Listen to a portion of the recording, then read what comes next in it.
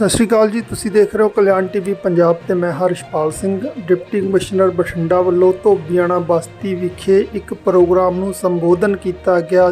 ਜੋ ਪ੍ਰੋਗਰਾਮ ਕਰਵਾਇਆ ਗਿਆ ਹੈ ਮਾਤਾ ਇਸ਼ਰਾ ਵੈਲਫੇਅਰ ਸੁਸਾਇਟੀ ਜੋ ਕਿ ਔਰਤਾਂ ਦਾ ਇੱਕ ਗਰੁੱਪ ਹੈ ਉਸ ਵੱਲੋਂ ਤਿਆਰ ਕੀਤਾ ਗਿਆ। ਉਹਨਾਂ ਨੇ ਡਿਪਟੀ ਕਮਿਸ਼ਨਰ ਬਠਿੰਡਾ ਨੂੰ ਬੁਲਾ ਕੇ ਨਸ਼ਾ रोकने ਲਈ ਵਿਸ਼ੇਸ਼ ਸਹਿਯੋਗ ਕਰਨ ਦੀ ਮੰਗ ਕੀਤੀ। ਉੱਥੇ ਡਿਪਟੀ ਕਮਿਸ਼ਨਰ ਬਠਿੰਡਾ ਨੇ ਵੀ ਕਿਹਾ ਕਿ ਮੈਂ ਤੁਹਾਡੇ ਨਾਲ ਪੂਰੀ ਤਰ੍ਹਾਂ ਖੜਾ ਹਾਂ ਤੇ ਤੁਸੀਂ ਜੋ ਵੀ ਸਹਿਯੋਗ ਮੰਗੋਗੇ ਮੈਂ ਕਰਨ ਨੂੰ ਤਿਆਰ ਹਾਂ।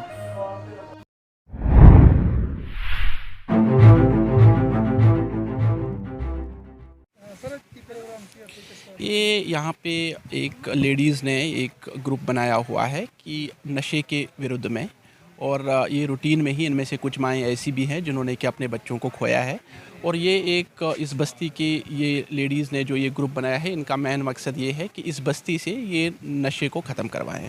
बार बार ये एडमिनिस्ट्रेशन के टच में, पुलिस के टच में आ रहे हैं और उनसे रिक्वेस्ट कर रहे हैं कि हमें आप हेल्प करिए, एडमिनिस्ट्रेशन की तरफ से हेल्प करिए। तो ये मुझसे भी मिलने आई थी तो मैंने इनको आश्वासन दिया था कि मैं एक बार आपकी बस्ती में ज़रूर विज़िट करूँगा और वहाँ पे लेडीज़ से जो उनके भी इश्यूज़ है वो मैं सुनने की कोशिश करूँगा। तो उसी पहल के अंदर आज मैं यहाँ पे इनसे मिलने के लिए आया था। कि नशा ये तो बिल्कुल ओपन में आ रहे हैं, बट बाकी जगहों पे भी पता है आपको कि काफ़ी सारी जगहों पे है। इनफैक्ट आज की डेट में तो 24,000 के करीब हमारे जो नौजवान है वो ओट सेंटर्स में रजिस्टर्ड है। तो ये तो वो है जिनके सामने आए हैं, उनके आगे और पीछे और कितने होंगे उसका तो अभी इनफैक्ट स्टडीज़ है, एम्स की स्टडी है, उसके बाद लोकल रिसर्च स्टडीज़ भी है जो कई कुछ तो 33% तक कह रहे हैं कि ओवरऑल जो है वो ड्रग एडिक्ट्स है पंजाब में, इसी तरीके से ज़िला बठिंडा में भी।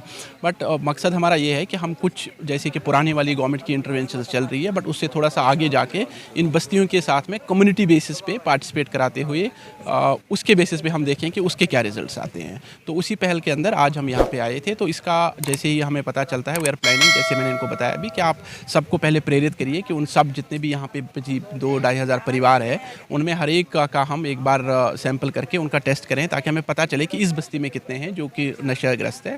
तो उसके बाद फिर हम इसका एक प्लान बनाएंगे। हो सकता है कि हम लोकल लेवल पे ही फैसिलिटीज़ क्रिएट करें क्योंकि बस्ती बड़ी है और यहाँ पे ड्रग्स का इशू भी ज़्यादा है, तो शायद हम यहाँ पे लोकल लेवल पे ही फैसिलिटीज़ क्रिएट करके यहीं पे ट्रीटमेंट कराएं।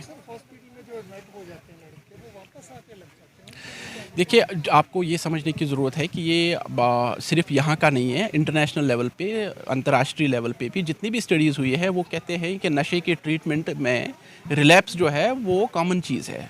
और रिलैप्स के काफ़ी सारे रीज़न्स होते हैं, जैसे कि अगर आप इनसे पूछेंगे भी तो एक तो ये कि जी आप जब वहाँ से वापस आ गए तो आप उन्हीं लोगों के साथ में मिल लेते हैं जो कि पहले से ही नशे में थे, जो आपके दोस्त थे, तो आपने अपना दोस्ती वाला ग्रुप चेंज नहीं किया। फिर दूसरा ये हो जाता है कि हमारे समाज में इसको बहुत गलत नज़रिए से देखा जा रहा है। तो हमें ये समझना है कि जो नशा है वो गलत है, जो नशा करने वाला बंदा है वो गलत नहीं है, उसको हमें सपोर्ट देने की ज़रूरत है कि हम उसको कैसे इस लत से बाहर निकालें। तो ऐसे में परिवार का सहयोग बहुत इंपॉर्टेंट हो जाता है। तो अब वहाँ पे भाई हो, बहन हो, अगर आप वो वापस आ भी गया उसके बाद अगर आप इतना भी बोल देते हो कि ये तो नशेड़ी है, तो वो भी उसको एक फीलिंग सा दे देता है कि जी यार मेरा समाज में तो वापस आ भी गया लेकिन मेरा समाज मुझे एक्सेप्ट करने के लिए तैयार नहीं है। उसका माँ बाप अगर उसको सपोर्ट नहीं करता, समाज उसको सपोर्ट नहीं करता, तो वो चांसेस जो है वो बढ़ जाते हैं। तो जो ये पीर सपोर्ट सिस्टम है या फिर फैमिली सपोर्ट सिस्टम है या कम्युनिटी सपोर्ट सिस्टम है, इसको हमें स्ट्रेंथन करने की ज़रूरत है। तो उसी को हम आगे, जैसे आपने आज देखा भी कई बच्चे वहाँ पर गए भी हैं, वहाँ पर 10 दिन में ठीक होकर भी आ गए, बट उसके बाद फिर से लत में पड़ गए इन्हीं चीज़ों की वजह से। तो इसी को हम कवर करने की कोशिश कर रहे हैं, जो हमारी नई स्ट्रैटेजी है। Thank you. मैं रूप सिंह मान, मैनेजर नशा छड़ाऊ केंद्र सिविल हस्पताल बठिंडा ਤੇ ਰੀਹੈਬ ਸੈਂਟਰ ਬਠਿੰਡਾ। ਅੱਜ ਦਾ ਪ੍ਰੋਗਰਾਮ ਸੀ ਵੀ ਇਹ ਬਸਤੀ ਦੇ ਵਿੱਚ ਬਹੁਤ ਸਾਰੇ ਜਿਹੜੇ ਇੱਥੋਂ ਦੇ ਲੇਡੀਜ਼ ਨੇ ਇੱਕ ਆਦਾ ਕਲੱਬ ਬਣਾਇਆ ਸੀਗਾ। ਉਹ ਕਲੱਬ ਨੇ ਡੀ ਸਾਹਿਬ ਨੂੰ ਵੀ ਅਪਰੋਚ ਕੀਤੀ, ਡੀ ਸਾਹਿਬ ਵੀ ਆਏ ਸੀ ਵੀ ਸਾਡੇ ਤੁਸੀਂ ਮਹੱਲੇ 'ਚ ਆ ਕੇ ਸਾਡਾ ਕੁਝ ਕਰੋ, ਇੱਥੇ ਨਸ਼ੇ ਬਹੁਤ ਜ਼ਿਆਦਾ ਹੈ। ਅਸੀਂ ਆਏ ਸੀ, ਡੀ ਸਾਹਿਬ ਨੇ ਇਹਨਾਂ ਨੂੰ ਇੱਕ ਸੁਝਾਅ ਦਿੱਤਾ ਵੀ ਸਾਨੂੰ ਤੁਸੀਂ ਇੱਕ ਲਿਸਟ ਬਣਾ ਕੇ ਦਿਓ ਤਾਂ ਕਿ ਅਸੀਂ ਤੁਹਾਡੇ ਲਈ ਨੇੜੇ ਕੋਈ ਸਹੂਲਤਾਂ ਹੋ ਜਿਹੀਆਂ ਪੈਦਾ ਕਰ ਸਕੀਏ ਤਾਂ ਕਿ ਜਿਹੜੀ ਨਸ਼ਿਆਂ ਦੀ ਰੋਕਥਾਮ ਲਈ ਆਪਾਂ ਚੰਗੇ ਉਪਰਾਲੇ ਕਰ ਸਕੀਏ। ਉਹ ਤੋਂ ਬਿਨਾਂ ਸਾਡੇ ਅਸੀਂ ਇਹਨਾਂ ਨੂੰ ਦੱਸਿਆ ਵੀ ਨਸ਼ਾ ਛਡਾਊ ਕੇਂਦਰ ਜਿਹੜਾ ਬਠਿੰਡਾ ਸਿਵਲ ਹਸਪਤਾਲ ਦੇ ਵਿੱਚ 50 ਬੈੱਡ ਦਾ ਸਾਡਾ ਨਸ਼ਾ ਛਡਾਊ ਕੇਂਦਰ ਹੈ, ਜਿੱਥੇ ਅਸੀਂ ਇੱਕ ਟਾਈਮ 'ਤੇ 50 ਬੰਦੇ ਦਾਖਲ ਕਰ ਸਕਦੇ ਹਾਂ ਅਤੇ ਉੱਥੇ ਆ ਕੇ ਜਿਹੜੀਆਂ ਸਾਰੀਆਂ ਸਹੂਲਤਾਂ ਫ੍ਰੀ ਹੈ। ਕਿਸੇ ਵੀ ਪ੍ਰਕਾਰ ਦਾ ਨਸ਼ਾ ਕਰਦਾ ਹੈ ਉਹ ਸਾਡੇ ਕੋਲ ਆ ਕੇ ਦਾਖਲ ਹੋ ਸਕਦਾ ਹੈ, ਉਹਦੇ ਸਾਰੇ ਟੈਸਟ ਵੀ ਫ੍ਰੀ ਕਰਾਉਣੇ ਆ। ਉਹਨੂੰ ਉੱਥੇ ਅਸੀਂ 15 ਦਿਨ ਰੱਖਦੇ ਹਾਂ।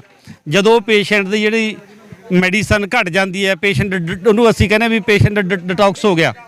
ਉਹ ਡਿਟੌਕਸ ਹੋਣ ਤੋਂ ਬਾਅਦ ਅਸੀਂ ਉਹਨੂੰ ਜਿਹੜਾ ਸਾਡਾ 50 ਬੈੱਡ ਦਾ ਰੀਹੈਬ ਸੈਂਟਰ ਹੈ ਮਾਨਸਾ ਰੋਡ ਤੇ ਗਰੋਥ ਸੈਂਟਰ 'ਚ ਕੈਂਸਰ ਹਸਪਤਾਲ ਦੇ ਕੋਲੇ, ਉੱਥੋਂ 10 ਜਾਂ 15 ਦਿਨਾਂ ਤੋਂ ਬਾਅਦ ਅਸੀਂ ਉਹਨੂੰ ਉੱਥੇ ਸ਼ਿਫਟ ਕਰ ਦਿੰਦੇ ਹਾਂ।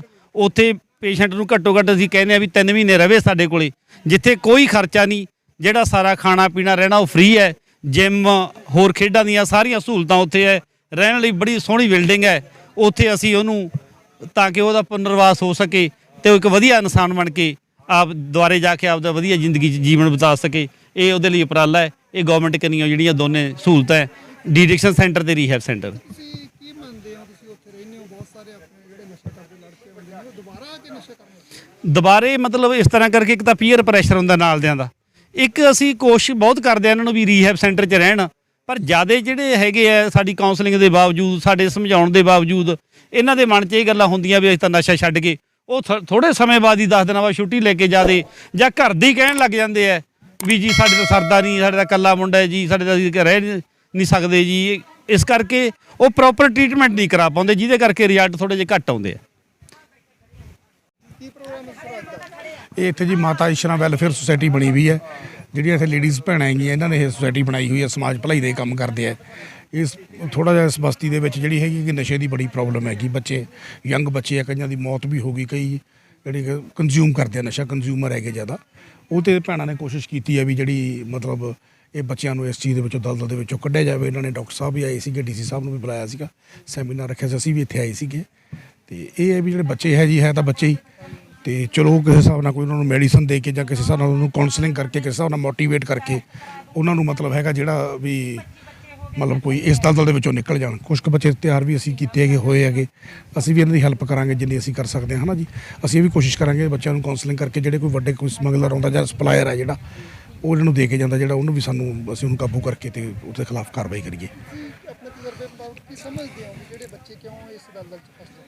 ਇਹ ਬੱਚੇ ਪਹਿਲਾਂ ਤਾਂ ਜਿਵੇਂ ਇਹਨਾਂ ਨਾਲ ਅੱਜ ਗੱਲਬਾਤ ਵੀ ਕੀਤੀ ਹੈ ਜੀ, ਸਾਰੀ ਗੱਲਬਾਤ ਹੋਈ ਹੈ, ਪਹਿਲਾਂ ਤਾਂ ਇਹ ਸ਼ੌਂਕੀ ਲੱਗ ਜਾਂਦੇ ਆ ਜੀ। ਸ਼ੌਂਕ ਨਾਲ ਜਿਵੇਂ ਇੱਕ ਲੱਗ ਗਿਆ, ਉਹਨੇ ਕਿਹਾ ਵੀ ਤੂੰ ਕਰਕੇ ਦੇਖ ਇੱਕ ਵਾਰੀ, ਹੌਲੀ ਹੌਲੀ ਜੇ 5-10 ਵਾਰੀ ਕੰਜ਼ਿਊਮ ਕਰਨਾ ਉਹ ਇਹਨਾਂ ਦੇ ਅੰਦਰ ਇੰਨਾ ਬੈਠ ਜਾਂਦਾ ਤਾਂ ਮਤਲਬ ਇਹ ਵਿਚਾਰੇ ਆਦੀ ਹੋ ਜਾਂਦੇ ਹੈਗੇ। ਇਹ ਬੱਚਿਆਂ ਤੋਂ ਇਹ ਗੱਲ ਪੁੱਛਣ ਤੇ ਇਹ ਗੱਲ ਸਾਹਮਣੇ ਆਈ ਹੈ ਵੀ ਚਾਹੇ ਹੁਣ ਛੱਡ ਦਿੰਦੇ, ਜਿਵੇਂ ਇਹ ਬੱਚੇ ਸੀਗੇ ਇੱਥੇ, ਕੁਛ ਉਹ ਛੱਡਣਾ ਚਾਹੁੰਦੇ ਆ, ਬਿਲਕੁਲ ਫੈਡ ਅਪ ਹੋ ਚੁੱਕੇ ਹੈਗੇ, ਜਾਂ ਲੱਗਦਾ ਵੀ ਯਾਰ ਖਰਚਾ ਇੰਨਾ ਹੁੰਦਾ, ਫੈਡ ਅਪ ਹੋ ਗਏ ਵਿਚਾਰੇ, ਘਰੋਂ ਤੰਗ ਹੈ, ਮਾਵਾਂ ਵੀ ਤੰਗ ਹੈਗੀਆਂ। ਉਹਦੇ ਵਿੱਚ ਇਹ ਵੀ ਦਵਾਈ ਮੈਡੀਸਨ ਵਗੈਰਾ ਇਹ ਲੈ ਲੈਂਦੇ ਜਦੋਂ ਛੱਡ ਦਿੰਦੇ ਆ, ਪਰ ਜਦੋਂ ਆ ਕੇ ਉਸੇ ਕੰਪਨੀ 'ਚ ਬੈਠ ਜਾਂਦੇ ਆ, ਦੂਸਰੇ ਦੋਸਤਾਂ 'ਚ ਬੈਠ ਜਾਂਦੇ ਆ, ਉਹ ਫਿਰ ਇਹਨਾਂ ਨੂੰ ਜਾਂ ਤਾਂ ਮਜਬੂਰ ਕਰ ਦਿੰਦੇ ਜਾਂ ਇਹ ਫਰੈਂਡਲੀ ਉਹਨਾਂ ਨਾਲ ਹੋ ਕੇ ਫਿਰ ਇਹ ਲੱਗ ਜਾਂਦੇ ਉਹਦੇ ਵਿੱਚ। ਹਾਂਜੀ, ਵੇਚਣ ਵਾਲੇ ਆ ਉਹਨਾਂ ਦੇ ਖਿਲਾਫ ਕਾਰਵਾਈ ਢਿੱਲੀ ਕਿਉਂ, ਮਤਲਬ ਕਿਉਂ ਹੋਏ? ਉਹਦੇ ਵਿੱਚ ਇੱਥੇ ਮੋਸਟਲੀ ਜਿਵੇਂ ਬੱਚੇ ਹੋਏ ਜ਼ਿਆਦਾ ਕੰਜ਼ਿਊਮਰ ਹੈਗੇ ਜ਼ਿਆਦਾ ਇੱਥੇ, ਤਾਂ ਇਹਨਾਂ ਦਾ ਜਿਹੜਾ ਲੈਣ ਤਰੀਕਾ ਕੋਈ ਮੋਬਾਈਲ ਵਗੈਰਾ ਹੈਗਾ ਜਾਂ ਬਾਹਰੋਂ ਜਾ ਕੇ ਲੈ ਆਏ ਜਾਂ ਅੰਦਰੋਂ ਲੈ ਕੇ ਜਾ ਕੇ ਲੈ ਆਏ, ਇਸ ਤਰ੍ਹਾਂ ਕਰਕੇ ਦੀ ਬਹੁਤ ਛੋਟੀ ਕੁਆਂਟੀਟੀ ਦੇ ਵਿੱਚ ਉਹ ਆਉਂਦਾ ਹੈਗਾ। ਇਹ ਤਾਂ ਹੁਣ ਬੱਚੇ ਮੋਸਟਲੀ ਕੰਜ਼ਿਊਮਰ ਹੈ। ਹੁਣ ਇਹਨਾਂ ਨੂੰ ਇਹੀ ਮੋਟੀਵੇਟ ਕੀਤਾ ਵੀ ਸਾਨੂੰ ਜਿਹੜਾ ਕੋਈ ਸਪਲਾਇਰ ਹੈ, ਸਪਲਾਈ ਲਾਈਨ ਨੂੰ ਆਪਾਂ ਕੱਟ ਕਰੀਏ ਵੀ ਤਾਂ ਕਿ ਇਹਨਾਂ ਕੋਲ ਨਾ ਪਹੁੰਚੇ ਤਾਂ ਫਿਰ ਇਹ ਉਸ ਵਿੱਚੋਂ ਨਿਕਲ ਜਾਣ। ਇਸੇ ਕਰਕੇ ਇਸ ਸੈਮੀਨਾਰ ਦੇ ਵਿੱਚ ਉਹ ਕੀਤਾ ਗਿਆ ਜੀ ਸਾਰਾ।